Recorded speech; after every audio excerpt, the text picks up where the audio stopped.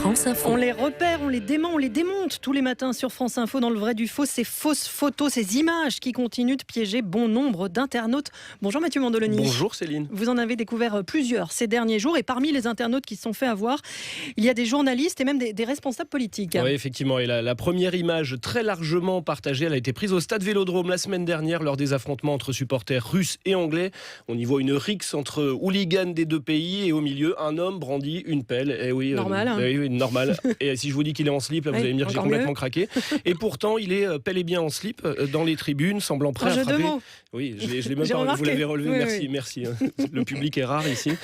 Semblant prêt à frapper des supporters autour de lui. L'image a eu un gros succès sur Internet. Elle a même interpellé notre confrère Olivier Mazerolle alors qu'il recevait le porte-parole du gouvernement Stéphane Le Foll. C'était mardi matin sur RTL. La Fédération anglaise de football met en cause la sécurité à l'intérieur du stade Vélodrome, dit qu'elle n'a pas été suffisamment assurée, qu'il y avait des fumigènes, au moins une bombe d'agricole.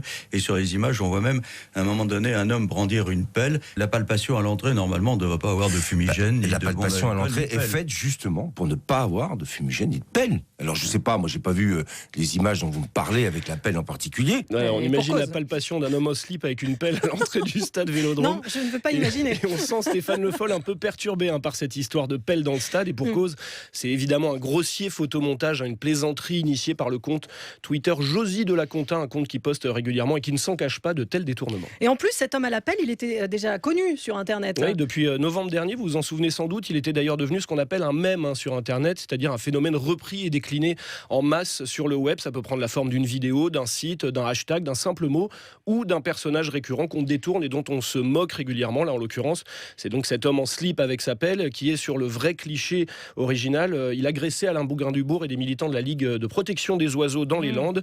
Il y a eu depuis toutes sortes de détournements plus absurdes les uns que les autres. On l'a vu avec un sabre laser à la place de sa pelle, en train de faire du curling avec sa pelle, ou encore en slip sur le mur du Berlin, ou dans les jardins de l'Élysée avec François Hollande. Mais il était vraiment en slip, hein. La vraie photo, il est... À la vraie photo, il est en slip avec une pelle. Charmant. Mais c'est pas la seule fausse photo à avoir piégé les internautes depuis quelques jours. Non, effectivement, là c'est une autre histoire de pelle. Celle-là ne se brandit pas, elle se roule. C'est un baiser entre le Premier ministre canadien Justin Trudeau, très engagé pour la cause LGBT, et le chef de l'opposition Thomas Mulcair. Un baiser de soutien après l'attentat homophobe d'Orlando, immortalisé en photo. On y voit les deux hommes enlacés. Ça a été partagé des milliers de fois sur Facebook avec de nombreux commentaires vantant le courage et le beau geste symbolique des deux hommes politiques canadiens. De très nombreux internautes se sont fait piéger par cette image. Le maire du 4e arrondissement de Paris, Christophe Girard, également. Il l'a posté sur son compte Twitter, tout comme Anne Hidalgo qui l'a retweeté.